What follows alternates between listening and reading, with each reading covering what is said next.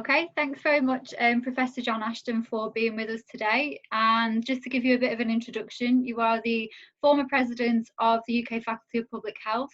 You were one of the founders of the World Health Organisation's Healthy City projects, established the Liverpool Public Health Observatory, and one of the first to initiate large-scale needle exchanges. So thanks very much for joining us today. I know you'll be very busy. You're welcome. Yeah. Things that's going on at the minute as well. So we do appreciate you kind of taking the time to have a chat with us today. Welcome to all you students. Nice to talk to you.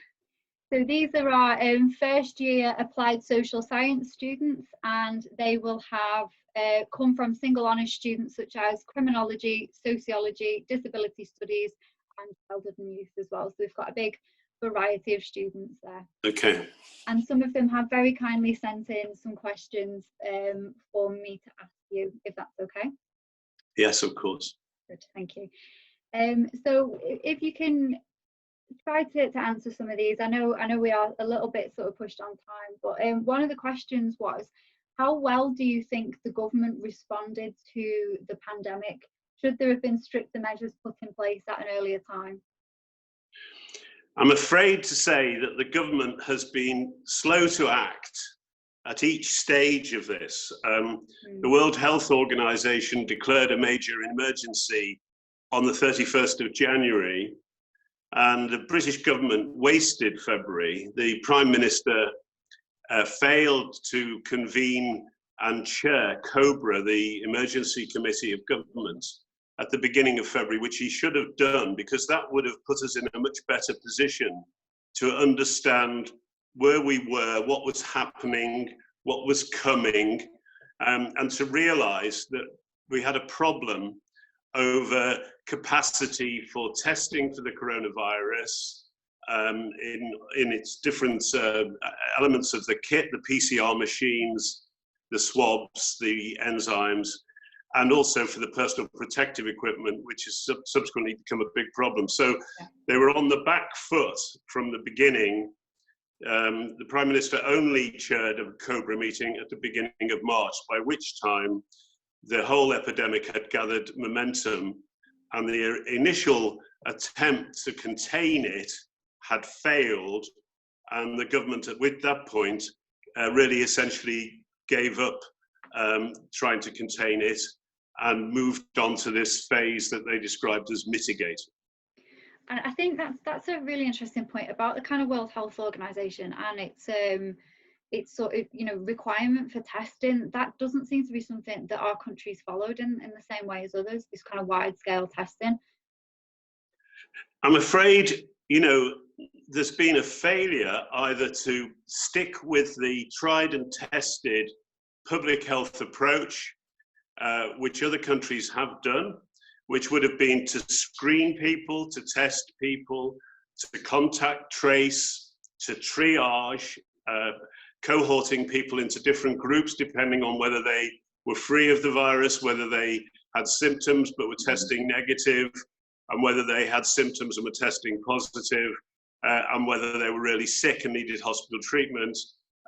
All of these measures are the classic public health measures, which we didn't stick to. Looking abroad, we seem to have ignored the experience from other parts of the world, which worked very well in Taiwan, in South Korea, in New Zealand, in Germany, and indeed in Bahrain, where I've been advising the government there.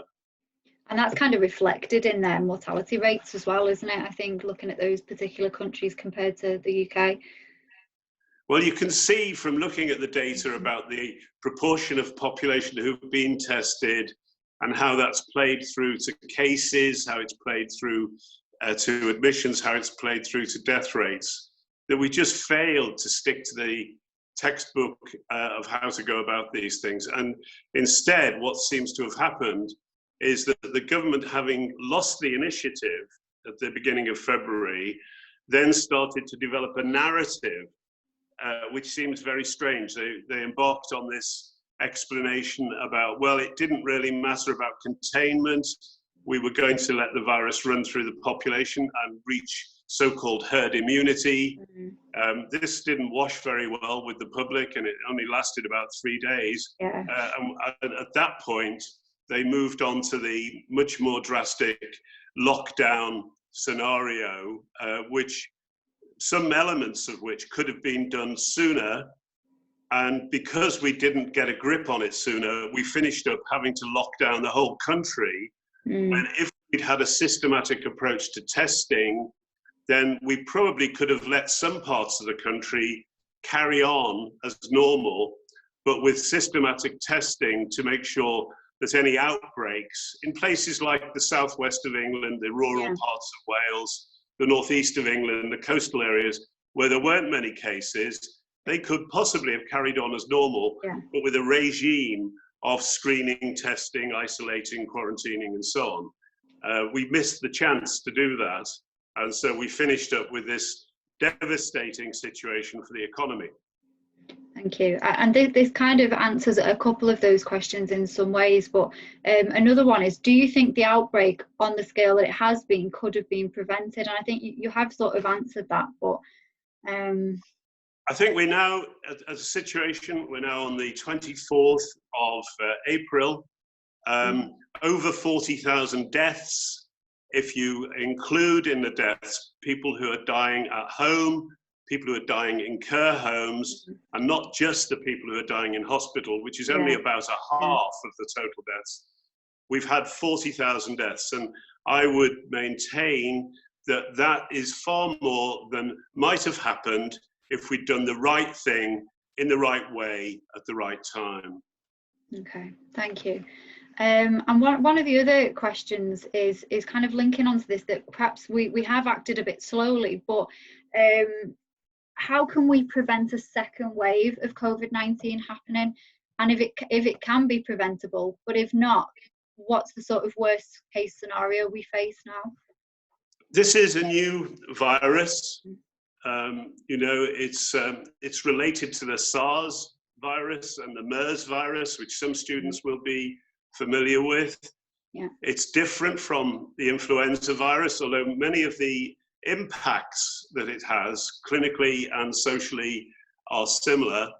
But because it's a new virus, we're not very confident about its behavior. We don't know whether it will fade as we move into the summer months with increases in temperature, whether it will come back again if it does go away in the autumn when we move into the colder seasons again.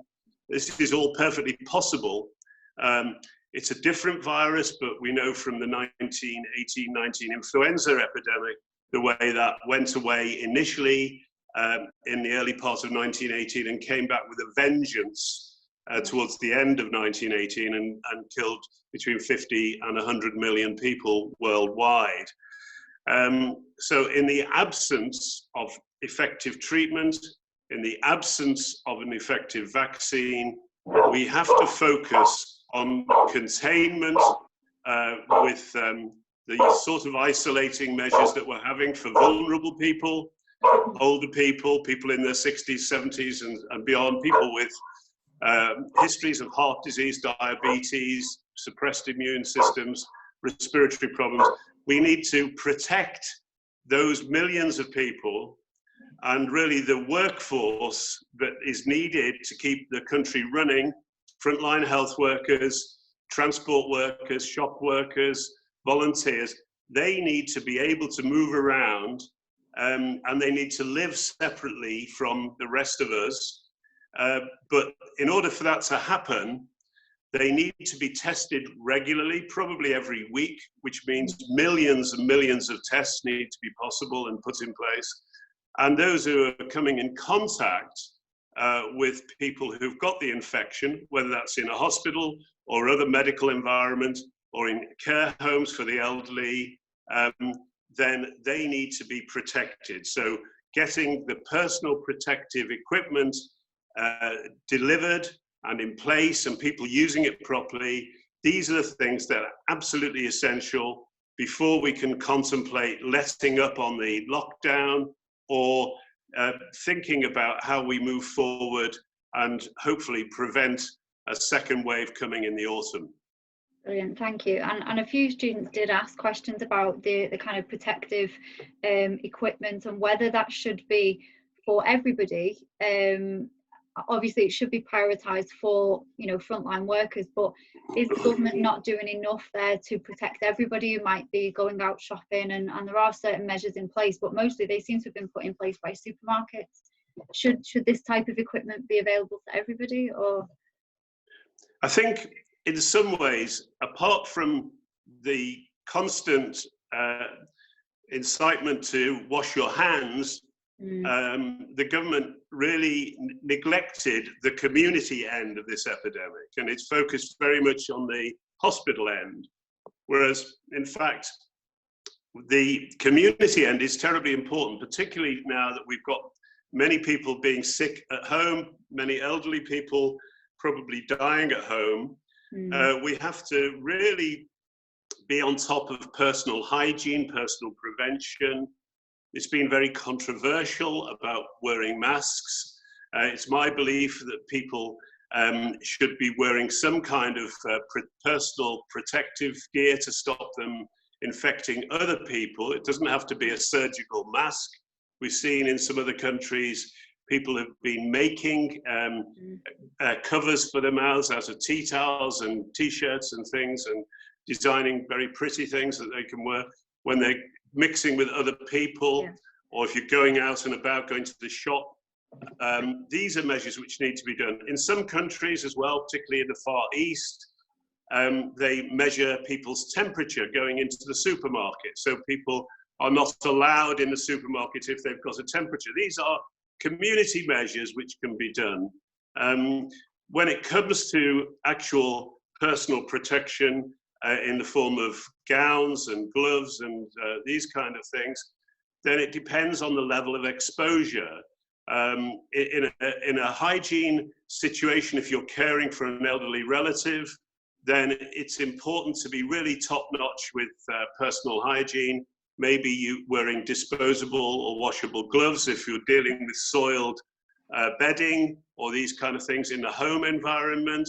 So it's a matter of horses for courses, but the frontline health workers dealing with very sick people, the frontline care workers dealing with possibly elderly people, possibly people with dementia, maybe doubly incontinent, dealing with urine and feces, then they need to be highly protected. And the failure to deliver quantities of personal protection equipment is it's been a major issue in this epidemic. And the fact that the government, you know, have sort of failed to deliver this in the quantities needed, but then just change the guidelines in terms of being able to reuse equipment, whereas this couldn't happen a couple of weeks before, according to their sort of guidelines.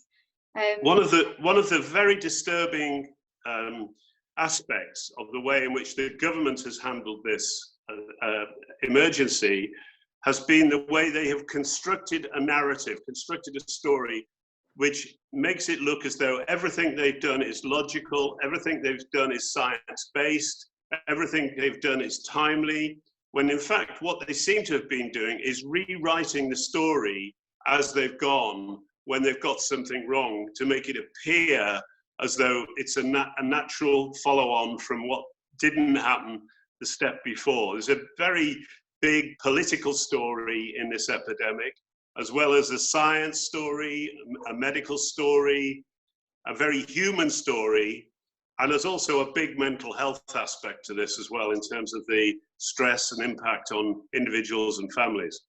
Absolutely, and I think that sort of brings us to answer possibly another question here, that is this about class issues as well? Are there class issues at play here? So with things like the Liverpool match at Anfield on the 11th of March, I think it was, Cheltenham Festival happened around the same time, but the media seems to have picked up on, you know, has Madrid fans coming over infected more of our citizens? Is there class issues here, or? I think there are a number of different issues tied up in the way in which this virus was spread and which it came into the United Kingdom. You know, first of all, we had the Wuhan returnees, people coming back from China and who were isolated and quarantined. That was a good move. It worked well. It seems to have worked well. But then we had another inject, if you will, of the virus, almost certainly following the half-term school holidays in February, when many people who had been skiing in Austria and northern Italy, which had high levels of the virus, returned without being screened or tested or anything and just went home. Now, that group of people, thousands of people, they're wealthier people by and large who go skiing. So that's, and it looks as though many of the early cases may have actually been better off people, although later on, as the epidemic has spread across the country, it's gone to affect the poorer areas, which were missed out in the early days and weeks. Parts like the northeast of England, the old industrial areas of Newcastle and Middlesbrough and Gateshead and around there, and the southwest of England, which apart from where you have holiday cottages owned by wealthy people, is actually a low-wage economy. They were actually pretty well missed out in the first round, but it seems that it's been catching up with them since. The football match, football is a pretty classless activity. The issue with the European football match between Atletico Madrid and Liverpool was to allow that game to go ahead in Liverpool when games in Madrid itself were being played without spectators behind closed doors, and having 3,000 or 4,000 spectators come to Liverpool and spend 24 hours staying in the city in hotels and bars and restaurants seems to have been a crazy decision. And similarly with Cheltenham, we tend to think of horse racing as being quite a elite sport, but actually it's also quite a classless sport in its own way. All sorts of people go to the racing. There's data emerging now which seems to indicate a high incidence of corona cases in the immediate area around Cheltenham after the 4-day race meeting. Right. So there needs to be research on this. There's now going to be research on the Liverpool situation. There was also 2 nights of major pop concerts in Bristol that same week. That was the week of the 9th of March.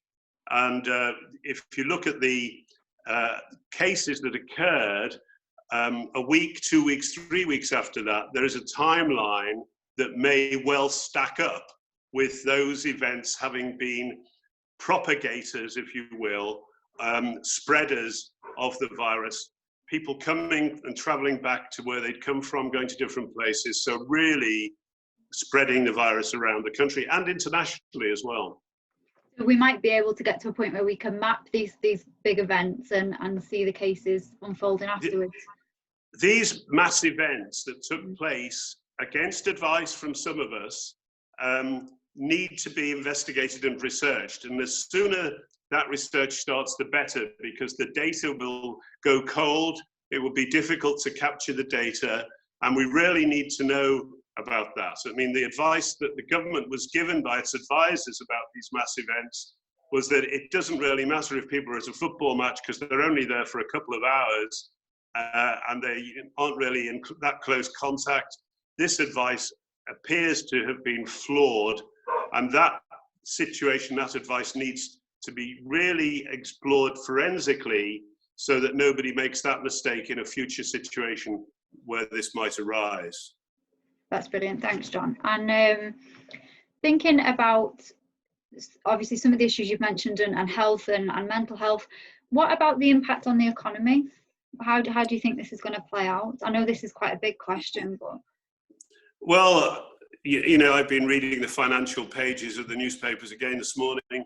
The economy is headed for the biggest recession in many, many years. And what we are now going to be seeing here, we've already started to see, is what they called in the Second World War, they called it wartime socialism, because the government had to take charge of everything, had to bail out companies, had to really take charge and fund things.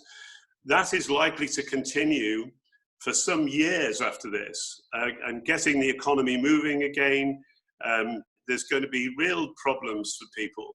So, I mean, standing back from this, the important thing is going to be really to try and make sure that the return to a dynamic economy addresses some of the issues which had become really big in the last 5, 10, 15 years of growing inequality in income and in health and well-being between different groups in the community in the United Kingdom, where we've seen fabulous salaries paid to people at the top of companies and really low wages for people who we are now seeing to be essential workers, frontline workers in the National Health Service, cleaners, porters, care assistants, who are really paid on the minimum wage and whose jobs have been very vulnerable and fragile, as we've endorsed in the last 10 years or so, an economy based on loss of security, 0 hours contracts and these kind of approaches to employment. Thank you. I know this is probably quite a difficult one as well, because Brexit talk almost seems a bit of a lifetime ago, but how do you think this crisis will impact on international relations, particularly within the EU? You know, one of the sorry things about this is that it's looking as though the mood of governments having pushed through the Brexit legislation, the mood at the end of January, which is when that legislation finally went through, at the same time as the World Health Organization was declaring a major emergency, may have laid behind the failure of the British government to be part of the joint purchasing arrangements of the European Union for personal protective equipment and testing equipment, when we could have been part of a shared purchasing and contracting round. If that's true, that is horrendous because we've been left so exposed.